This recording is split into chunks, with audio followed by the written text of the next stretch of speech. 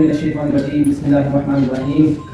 سید پرویز مشرف سابق صدر پاکستان، سابق آرمی چیف، آج کا یہ پروگرام انہی کے لیے دعائے تقریب کی صورت میں آرگنائز کیا گیا ہے. پروگرام کا باقاعدہ آغاز اللہ تعالیٰ کے بابرکت نام سے ہوا چاہتا ہے.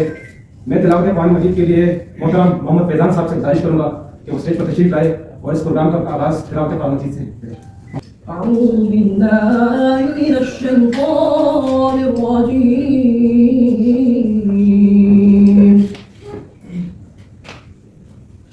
بسم الله الرحمن الرحيم.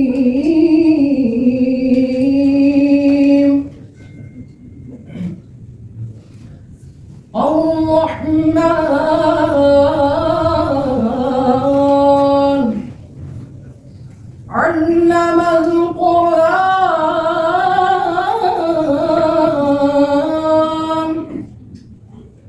خلق الإنسان.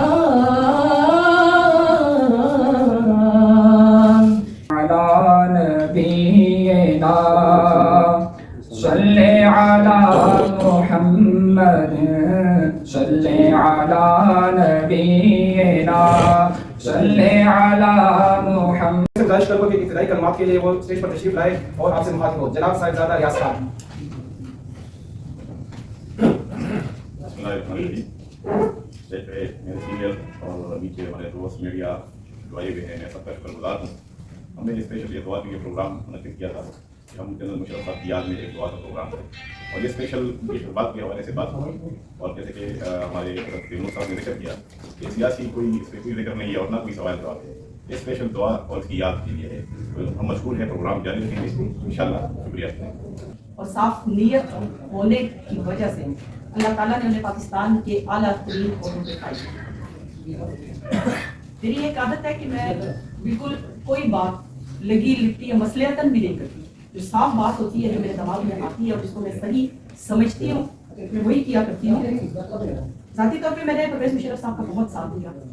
اس وجہ سے سچی بات تو یہ ہے کہ اس سے پہلے کبھی مجھے کوئی خاص طور پر فوج سے دلچسپی نہ تھی، لیکن مشرف صاحب کے آنے کے بعد جو چیزیں میں نے محسوس کی کہ کون سی تبدیلیاں ایسی آئیں جو پاکستانی اسٹیٹ کے اندر آئیں.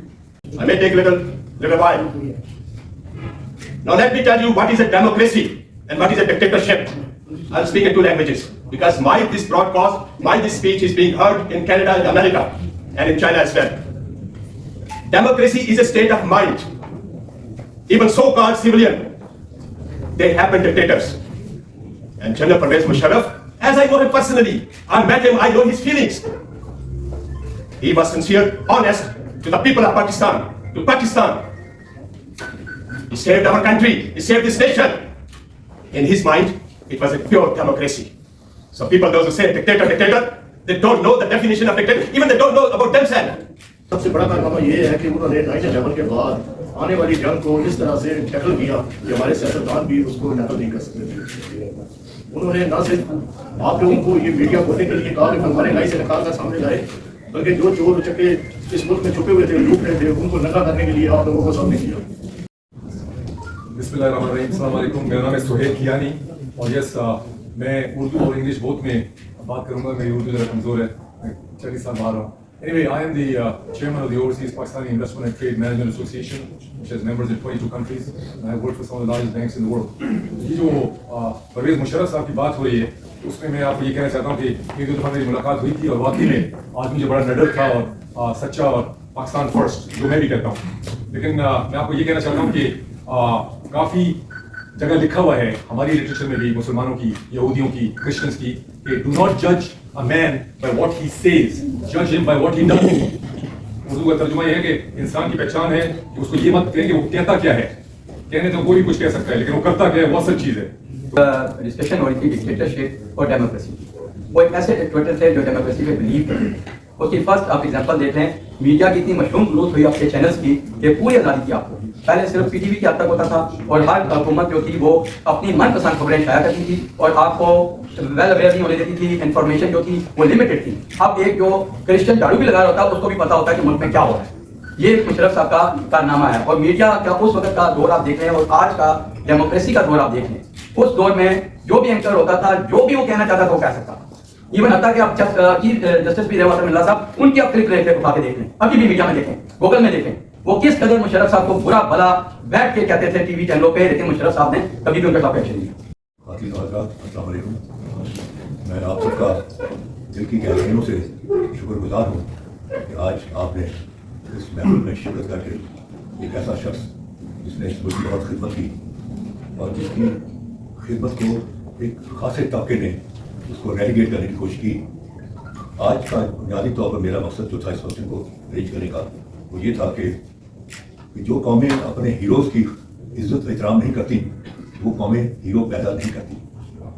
جنرل مشرف ہر لحاظ سے ایک ہیرو تھا اور ان کو ہیرو ہونے کے ناطے سے ہی آج میں نے آپ لوگوں کو ذہنت دی کہ آج ان کی دوسری برسی ہے.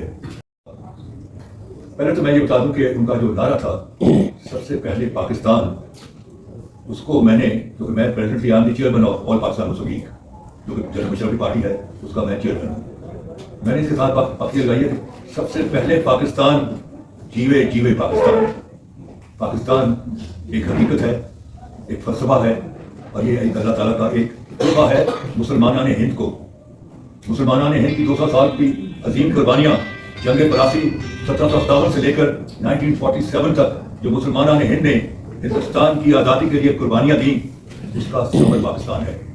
لیکن پاکستان کو ہم لوگوں نے اجاڑ دیا. میں نے پاکستان کو بنتے ہوئے دیکھا ہے. میں اس وقت 9 سال کا تھا جب پاکستان بن رہا تھا اور مجھے بالکل ہوش ہے کیسے حالات تھے.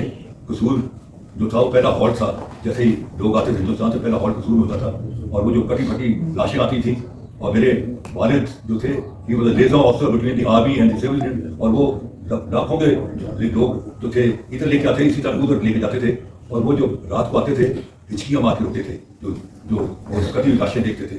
ہم ایسے بچے سنتے تھے اپنے باپ سے کہانیاں. تو میں نے پاکستان کو بنتے ہوئے دیکھا ہے اور میں نے پاکستان کو ٹوٹتے ہوئے دیکھا ہے. میں 1971 میں I was member of the Constituent Assembly of Pakistan اور جب ایک لیڈر نے کہا کہ جو جائے گا ڈھاکے میں اس کی ٹانگیں توڑ دوں گا اور جو جائے گا ڈھاکے وہ یک طرفہ ٹکٹ پہ جائے گا, میں واحد شخص تھا پورے مغربی پاکستان سے.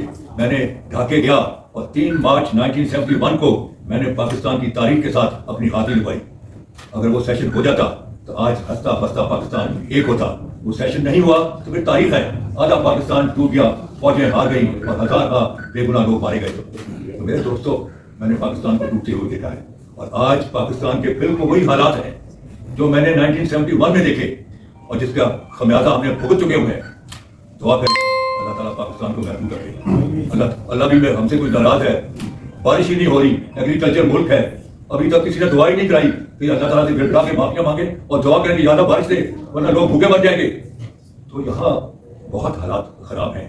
میں جو اب ذکر کرنے چاہ رہا ہوں, یہاں لوگ فوج کو جو اٹھتا ہے جسے کوئی ایک آدھی کوئی کتاب کوئی پڑھی ہوئی ہے, 2-4 داریے پڑے ہوئے ہیں, وہ اپنے آپ کو بڑا انٹلیکچوئل ثابت کرنے کے لیے فوج کو گالیاں دینا شروع کر دیتا ہے. یہ ٹرینڈ ہے, اس کو کہتے ہیں ہائیبرڈ وار اور 5th جنریشن وار. اس کا جو کانسیپٹ ہے وہ اجے دیوال جو کہ را کا اپنا پریزیڈنٹ ہے اس نے اس کانسیپٹ کو دیا کہ اب جو جنگیں ہیں وہ ہاٹ وار نہیں ہوں گی, بارڈرز پر جنگ جدل نہیں ہوگا, بلکہ اب جنگیں جو ہیں ذہنوں میں ہوں گی. ذہنوں میں اتنا فتور بھر دو کہ لوگوں میں خلیج پیدا کر دو فوج اور عوام کے درمیان. اور رسو آج سے 2000 سال پہلے کہہ گیا ہے کہ اگر کسی قوم کو آپ نے ہرانا ہے تو اس کی فوج اور اس کے عوام کے درمیان ایک خلیج پیدا کر دو, اور جب خلیج پیدا ہو جائے گی تو قوم بالکل وہ زیر آج ہو جائے گی. بات یہ ہے کہ ہنی بال جو کہ رومن جرنیل تھا اس کی فوج سے لے کے آج دنیا کی تمام فوجیں جو ہیں جہاں تک ایکسٹرنل تھریٹ ہے کہ بعد کا تھریٹ ہے, that is always the domain of the arm forces all over the world. لیکن ایوب خان آن ورڈ انٹرنل تھریٹ جو ہے اس کو بھی فوج نے خود ازیوم کر دیا اور اس کا ریزن یہ دیا کہ کسی کا جو انٹرنل تھریٹ ہے وہ انوائٹ کرتا ہے ایکسٹرنل تھریٹ کو, جس کی کیس اسٹڈی ہے East Pakistan. It was basically an internal threat کہ ہم نے ان کے ساتھ اچھا سلوک نہیں کیا, we treated them like a slave, we very badly treated them, اور اس کا ریئیکشن تھا ایسٹ پاکستان کا کرائسس. لیکن that was our internal threat, اور اس انٹرنل تھریٹ کا کس نے فائدہ اٹھایا؟ آر بیلیجرنٹ نیبر ہندوستان نے فائدہ اٹھایا اور پاکستان تو الگ ہو گیا. سو کسی وقت جو انٹرنل تھریٹ ہے وہ انوائٹ کرتا ہے ایکسٹرنل تھریٹ کو. اب آرم فورسز آف پاکستان نے دونوں تھریٹ اپنی ذمہ داری لے لی ہے کہ انٹرنل تھریٹ بھی ہماری ذمہ داری ہے اور ایکسٹرنل تھریٹ بھی ہماری ذمہ داری ہے. اور آرمی جو ہوتی ہے وہ ایک ریڈ لائن ڈرا کر دیتی ہے اور ریڈ لائن پر واچ کرتی ہے بڑا کلوزلی.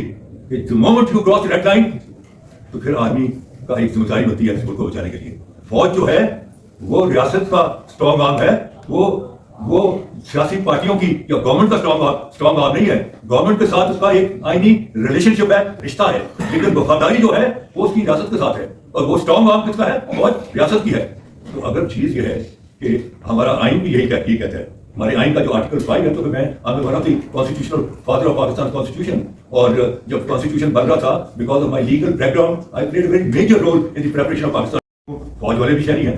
ہر شہری کی جو وفاداری ہے, لائلٹی ہے, وہ ریاست کے ساتھ ہے, اور اس کی اوبیڈینس, اس کی علمداری جو ہے وہ آئین کے ساتھ ہے. اور وفاداری اور آئین جو ہے ان میں زمین آسمان کا فرق ہے. اگر وفاداری آسمان ہے تو جو علمداری ہے, اوبیڈینس ہے, وہ زمین ہے. تو اگر کسی وقت ملک میں ایسا کرائسس آ جائے, ایسی سچویشن آ جائے, بھوک ننگ آ جائے, ملک اکنامکلی کلیپس کر جائے, تو دیر از لاگر ہیڈ سچویشن, اور آپ ریڈ لائن کراس کر جائیں, تو پھر کیا آپ آئین اور ریاست آمنے سامنے آ جائے. ایک طرف لوگ آئین کر رہے ہیں, جمہوریت کر رہے ہیں, دوسری طرف ریاست خطرے میں پڑی ہوئی ہے. تو اگر آئین اور ریاست آمنے سامنے آ جائیں تو کس کو بچائیں گے؟ جواب دیجیے, کس کو بچائیں گے؟ ریاست کو. کیونکہ اگر آپ آئین بچاتے ہو چاہتے ریاست کو کھو بیٹھیں گے تو اس کو آئین کو تو ردی کی ٹوکری میں پھینک دیا جائے گا. آج کیا آپ کا آئین ڈھاکہ, چٹاگانگ, میمن میں لاگو ہے؟ آنسر از نو, کیونکہ وہ آپ کا ریاست کا حصہ ہی نہیں ہے. 71 تک تھا, 71 تک آپ کے سپریم کورٹ کے فیصلے وہاں لاگو تھے. کیا آج آپ کے فیصلے وہاں لاگو ہیں؟ آنسر از نو. کیونکہ آپ نے 1971 میں آپ آئینی زمینوں میں بڑھ گئے, 6 پوائنٹ, 7 پوائنٹ, 15 پوائنٹ, اور آپ نے ریاست کو بچانے کی کوشش نہیں کی. نتیجہ کیا ہوا کہ آپ کے بلیجنٹ نیبر نے, کیونکہ انٹرنل تھریٹ تھا ہمارا, اسے ایڈوانٹیج دیا اور آدھا پاکستان توڑ دیا. آج بالکل وہی حالات ہیں جو میں نے 1971 میں دیکھے حالات, وہ حالات وہی ہے. اور کیونکہ میں نے پاکستان کو اپنی آنکھوں سے ٹوٹتے ہوئے دیکھا ہے, میں کسی وقت رات کو آنیسٹلی میں ڈر کے کھڑا ہوتا ہوں اور اللہ سے دعا کرتا ہوں, یا اللہ یہ تیرا آپ کا ایک تحفہ ہے مسلمانوں نے ہند کے لیے. جی, یہ ایک ملک اس لیے بنایا گیا تھا کہ یہ دنیا اسلام کا قلعہ انصار ہوگا, اور یہ ملک اس لیے بنایا گیا تھا کہ اس ملک کو ہم نے ایک مضبوط, غیر مقروض, ناقابل تسخیر پاکستان بنانا ہے.